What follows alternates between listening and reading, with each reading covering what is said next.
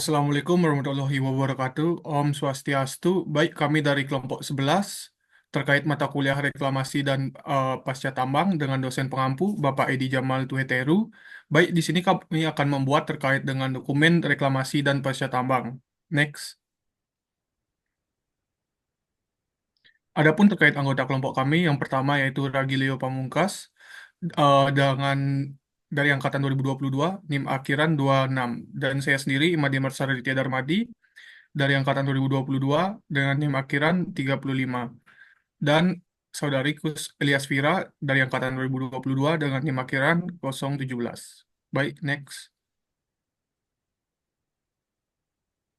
Adapun terkait materi presentasi yang akan dibahas pada kali ini, yaitu yang pertama terkait pendahuluan, kemudian yang kedua terkait rencana pembukaan lahan, kemudian selanjutnya terkait program reklamasi yang akan dilaksanakan, dan yang keempat terkait kriteria keberhasilannya tersebut, dan yang terakhir terkait rencana biaya reklamasi. Baik, next. Baik, adapun terkait pendahuluan, next.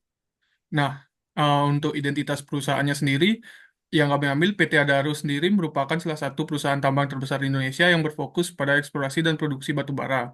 Nah, PT Adaro Indonesia didirikan pada tahun 1982. Perusahaan ini telah berkontribusi signifikan terhadap sektor energi dan perekonomian nasional. Nah, PT Adaro sendiri memiliki jenis IUPK dengan komoditas batu bara yang salah satunya beroperasi di Kalimantan Selatan, Tabalong. Next.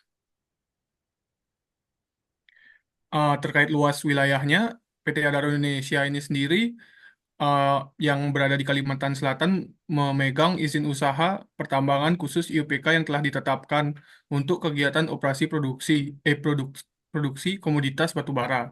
Nah, berdasarkan peta yang didapatkan dari MOMI SDM, luas wilayah dari PT Adaro Indonesia ini sendiri sebesar 23.942 hektar. Nah, wilayah ini sendiri berada dalam lingkupan administrasi Kabupaten Tabalong dan Sungai Utara Provinsi Kalimantan Selatan yang ditetapkan melalui kode wilayah 0504 garing 014. Next. Nah, terkait persetujuan dokumen lingkungan hidup, nah adapun persetujuannya yaitu terkait dokumen AMDAL nomor 434 tahun 2009 tentang kelayakan lingkungan hidup, dan kedua terkait keputusan Lingkungan Menteri Negara Hidup Republik Indonesia nomor 175 tahun 2012 tentang izin lingkungan seluruh kegiatan produksi hingga 80 juta ton per tahun tambang batu bara. Next. Nah, terkait lokasi dan kesampaian daerah untuk dari eh, dari Jakarta menuju Kalimantan Selatan di PT Adaro itu sendiri, lokasi pertambangan PT Adaro secara administratif itu termasuk dalam 2 provinsi, 4 kabupaten dan 13 kecamatan. Nah, di Provinsi Kalimantan Selatan yaitu Kabupaten Tabalong yang terdiri dari kecamatan Muara Harus, Murung Upau, Tanta, Kelua, dan Tanjung. Nah, untuk mencapai lokasi pertambangan di PT Adaro Indonesia ini sendiri dimulai dari Universitas Trisakti menuju Kalimantan Selatan menggunakan transportasi pesawat terbang, kemudian menuju ke Bandara Udara Syamsuddin Nur, dari Bandara Soekarno-Hatta International Airport dengan estimasi kurang lebih waktunya 1 jam 40 menit.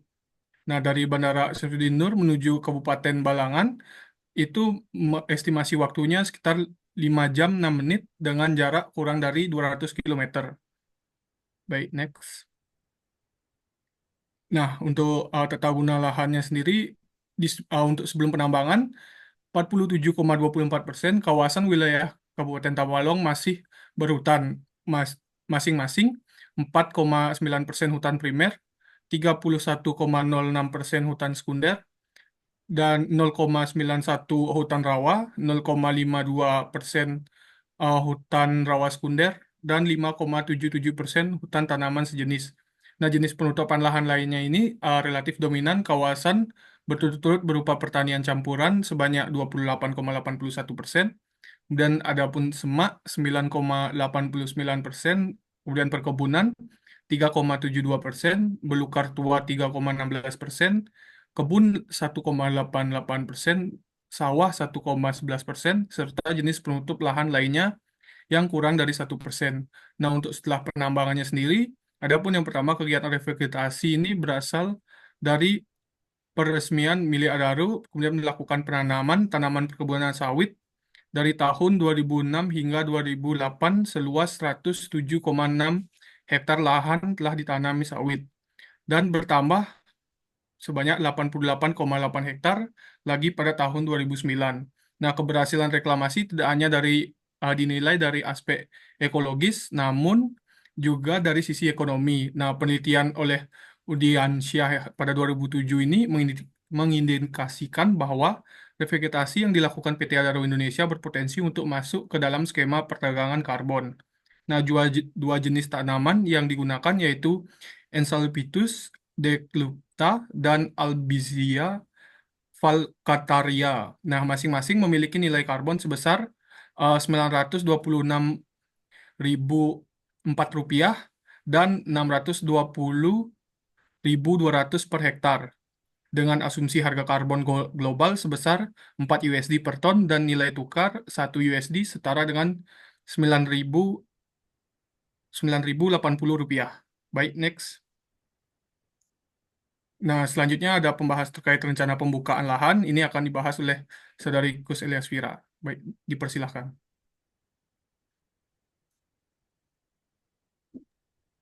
Untuk selanjutnya itu ada rencana pembukaan lahan yang di mana ada area penambangan yang di mana PT Adaro Indonesia ini bertepatan di formasi Warukin yang memiliki banyak kandungan endapan batu bara yang diselingi oleh batu lempung dan batu pasir.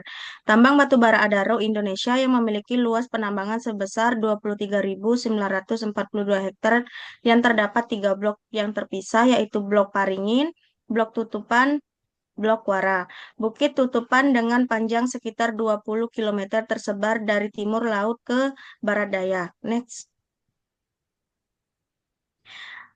Dan ada juga timbunan yang di mana penimbunan tanah zona pengakaran dilakukan sebagai bagian dari upaya pelestarian kualitas tanah untuk kegiatan reklamasi dan pasca tambang.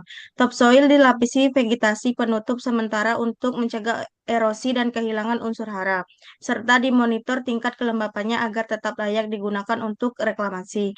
Penimbunan material buangan seperti batuan samping dan batuan penutup dilakukan di dalam maupun di luar pit.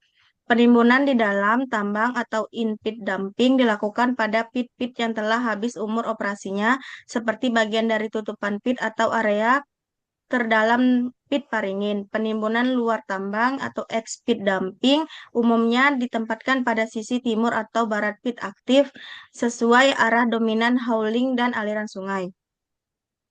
Next.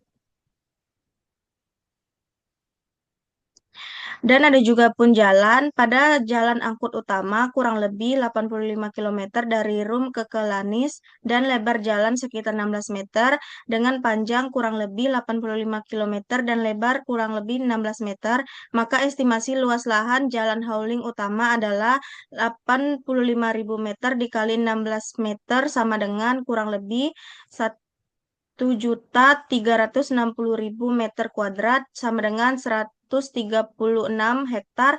Tambahan jalan internal antara pit, room, dan disposal diperkiraan menambah kurang lebih 20 hektar sehingga total luas lahan jalan hauling kurang lebih 1.156 hektar. Next. Adapun kolam sedimen dibangun di area bawah pit atau di tempat strategis sesuai arah aliran air permukaan dan limpasan tambang. Misalnya dekat pit tutupan dan pit wara. Kolam ini merupakan bagian dari sistem drainase tambang terbuka dan menjadi tempat awal pengelolaan air sebelum masuk ke unit water treatment plant T300 terutama pada musim hujan atau puncak aliran air. PT Adara Indonesia memiliki 18 settling pond yang berada mengelilingi pit. Total jumlah dari settling pond dimiliki yaitu 18 unit. Next. Ada juga fasilitas penunjang yang dimana fasilitas penunjang PT Adara ini yaitu ada electromagnetic separator yang berfungsi memisahkan material yang bersifat magnetik dari batu bara saat melewati conveyor. Yang kedua itu adalah primary sampler yang mengambil sampel batu bara secara otomatis pada conveyor menuju jetty untuk pengujian kualitas di laboratorium.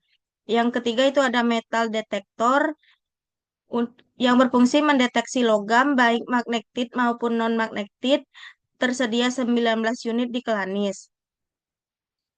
Adapun temperatur monitoring yang memantau suhu batu bara sebelum dimuat ke barge. Jika suhu di atas 40 derajat Celcius, konveyor otomatis akan berhenti. Next. Ada juga pembahasan yang yaitu yang mengaiti program reklamasi. Next. Lahan yang akan direklamasi ini merupakan lahan yang akan direklamasi yang dimana untuk gambar yang sisi kiri itu gambar pitnya yang akan direklamasi yang diambil dari Google Earth Pro, terus yang akan dikonvert ke survei. Next. Adapun lahan yang akan direklamasi, kegiatan reklamasi yang direncanakan oleh PT Adara Indonesia dilakukan pada lahan bekas tambang dengan total luas 57,6 hektar. Tahapan reklamasi dimulai dengan penataan kontur menggunakan metode cut and fill disesuaikan dengan topografi masing-masing zona. Area yang dimiliki kemiringan curam akan ditata menggunakan metode cut untuk meratakan permukaan dan mengurangi kecepatan aliran permukaan, sedangkan area yang lebih rendah akan di-fill atau ditimbun kembali, yaitu ada penyebaran topsoil, hydroseeding, dan penanaman. Next.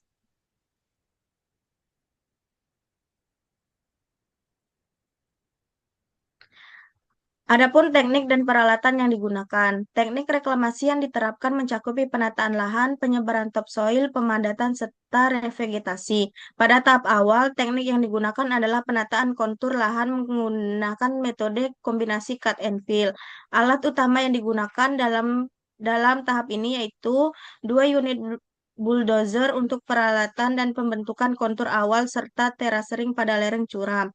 Yang kedua itu ada 2 unit ekskavator untuk penggalian tanah, pemindahan material, serta pengambilan dan penempatan kembali topsoil dari stockpile.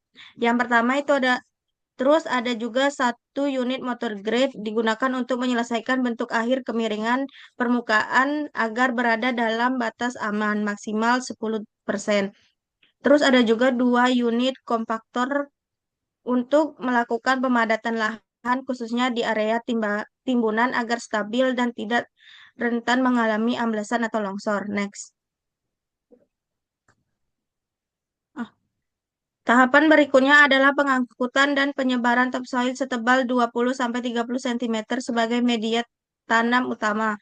Topsoil diangkut dari lokasi penumpukan ke zona reklamasi menggunakan 4 unit dump truck Caterpillar 773G kapasitas 600 ton digunakan sebagai intersif untuk mendistribusi topsoil, 1 unit ekskavator untuk pengisian topsoil ke dump truck dan peralatan di lokasi penyebaran. Dan ada juga 1 unit water truck kapasitas 500 liter untuk menjaga kelembapan tanah saat proses penyebaran agar topsoil tetap stabil dan mendukung pertumbuhan tanaman.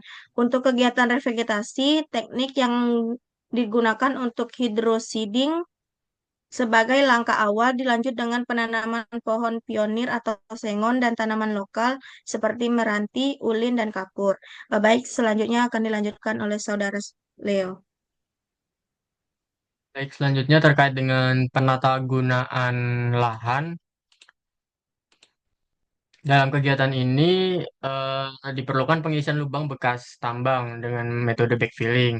Kemudian material pengisi itu diambil dari batuan penutup atau overburden yang telah disisihkan selama kegiatan penambangan berlangsung.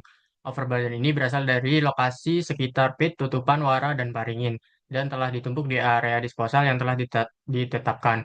Volume material yang digunakan disesuaikan dengan kedalaman dan luas area void yang akan ditutup berdasarkan estimasi teknis untuk 1 hektar area itu akan ditimbun dengan ketebalan 1 meter. Kurang lebih diperkirakan dibutuhkan 10.000 meter kubik material. Kemudian material topsoil yang digunakan sebagai lapisan atas itu berasal dari stockpile tanah zona pengakaran yang sebelumnya disimpan dari proses pembukaan lahan awal. volume topsoil yang dibutuhkan untuk lahan 57,6 hektar dengan ketebalan 20 cm adalah sekitar 115.200 meter kubik dan untuk ketebalan 30 cm itu di 172.800 meter kubik. Adapun hasil dari konseptual modeling yang kami buat terkait penata gunaan lahan setelah lahan itu diratakan, itu nanti gambarnya atau desainnya itu diharapkan seperti ini. Jadi untuk kemiringannya sudah tidak terlalu jauh dan kemudian untuk kemiringannya masih bisa ditolerir untuk kegiatan revegetasi selanjutnya. Selanjutnya adalah terkait penataan lahan. Setelahnya adalah akan dilakukan revegetasi. Nah, revegetasi ini dilakukan dengan cara bertahap menggunakan pendekatan kombinatif. Untuk penanaman awal, tanaman penutup itu kita akan menggunakan metode hydroseeding. Kemudian dilanjutkan dengan penanaman pohon pionir dan tanaman lokal khas Kalimantan. Adapun teknik hydroseeding ini dinilai efektif dalam mempercepat penutupan lahan dan mengurangi risiko erosi permukaan. Proses ini juga bermanfaat dalam memperkuat struktur tanah dan menciptakan kondisi mikroklimat yang mendukung pertumbuhan tanaman pohon. Tahap selanjutnya adalah penanaman pohon-pohon pionir, yaitu pohon yang cepat tumbuh dan dapat membentuk kanopi awal. Adapun jenis pohon pionir yang digunakan untuk reklamasi ini, kita menggunakan sengon atau bahasa latinnya adalah Valcataria moluccana. Kemudian dengan jarak tanam adalah 8 kali 8 meter. Sehingga setiap hektar membutuhkan kurang lebih 156 pohon. Dengan luas reklamasi 57,6 hektar, maka total kebutuhan batang pohon pionir itu sebanyak kurang lebih 9.000 batang. Kemudian setelah tanaman pionir ini berhasil ditanam, selanjutnya akan ditanami dengan tanaman lokal dan endemik Kalimantan sebagai pohon sisipan untuk membentuk struktur hutan yang lebih alami dan beragam. Adapun jenis tanaman lokal yang digunakan itu meliputi yang pertama ada meranti sebanyak 2.304 pohon atau 40%-nya, kemudian ulin sebanyak 1.728 pohon, presentasinya 30%, kemudian ada kapur dengan presentasi 30% sebanyak 1.728 pohon. Nah, untuk pohon sisipan ini akan ditanam dengan jarak 10 kali 10 meter. Sehingga dalam 1 hektar itu membutuhkan sekitar 100 pohon sisipan. Berikut adalah hasil konseptual modeling yang kami buat dengan menggunakan software. Yang pertama, untuk gambar pertama adalah eh, gambar bagaimana lahan tersebut setelah dilakukan penataan lahan, kita lakukan hydroseeding. Maka kurang lebih hasilnya akan seperti ini. Kemudian setelah hydroseeding ini berhasil dilakukan, akan dilanjutkan dengan penanaman pohon pionir dan sisipan. Selanjutnya adalah terkait dengan kriteria keberhasilan. Yang pertama adalah penataan lahan, itu meliputi backfilling, pembentukan lereng, dan terasering, serta penebaran topsoil minimal 30 cm. Keberhasilan ini diukur dari luas area, stabilitas lereng, dan ketebalan topsoil. Capaian keberhasilannya itu 92% untuk 37,95 hektar. Yang kedua adalah revegetasi, dilakukan dengan menanam cover crop dan tanaman lokal, serta pemeliharaan tanaman. Keberhasilannya itu diukur dari rasio tumbuh, keanekaragaman spesies, dan kerapatan tajuk. Rasio tumbuh mencapai 80%.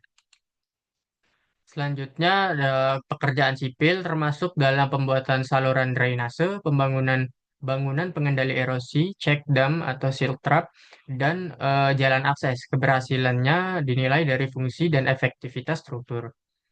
Kemudian penyelesaian akhir penutupan tajuk, capaiannya itu 80% area tertutup oleh vegetasi. Kemudian pemupukan dilaksanakan dengan sesuai rencana dengan keberhasilan lebih besar sama dengan 90%.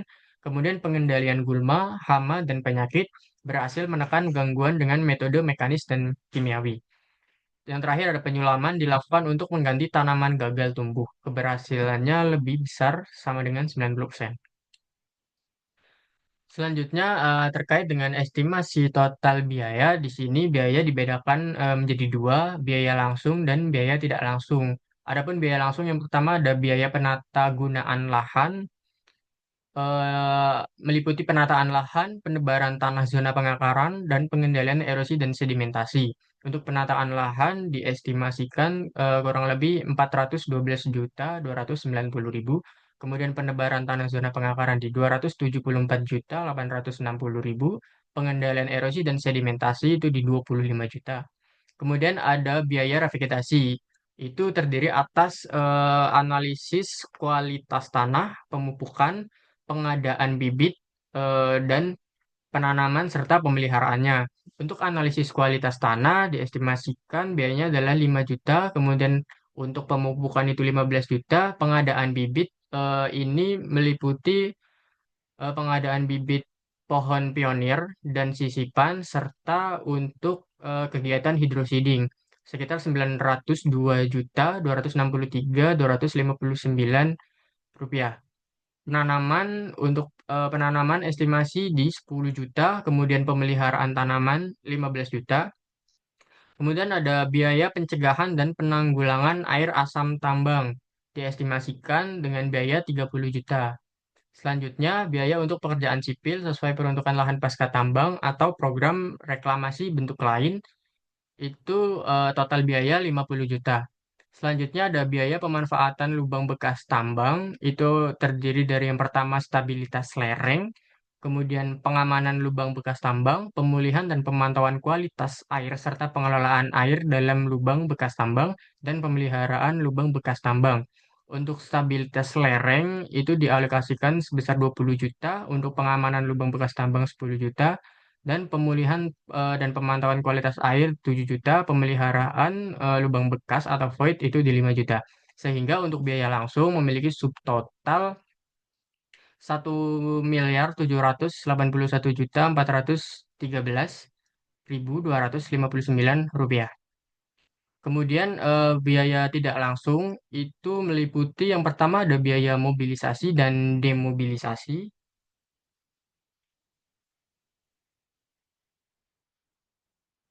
Itu ditetapkan sebesar 2,5% dari biaya langsung, sehingga di sini totalnya adalah 44,535.331 rupiah. Kemudian biaya perencanaan reklamasi itu di 10% dengan biaya di 178.141.325 rupiah. Kemudian biaya administrasi dan keuntungan pihak ketiga itu dialokasikan sebesar 14% dengan total 249.397.856 rupiah. Kemudian yang terakhir ada biaya supervisi. Biaya supervisi itu diambil sebesar 7% dari biaya totalnya, yaitu sekitar 124.698.928 rupiah. Sehingga untuk subtotal 2 untuk biaya tidak langsung itu di 596.773.441 rupiah. Sehingga apabila ditotalkan untuk secara keseluruhan, total biaya untuk reklamasi itu di 2,2 miliar, kurang lebih di 2.378.186.700 rupiah. Jadi dengan total keseluruhan estimasi biaya reklamasi, maka dapat dihitung untuk 1 hektar lahan yang akan direklamasi itu membutuhkan dana atau biaya sebesar 41.943.328 rupiah. Baik, ini adalah daftar pustaka yang kami gunakan dalam penyusunan dokumen reklamasi dan pasca tambang. Mungkin itu saja yang dapat kami sampaikan, kurang lebihnya mohon maaf. Wassalamualaikum warahmatullahi wabarakatuh. Terima kasih.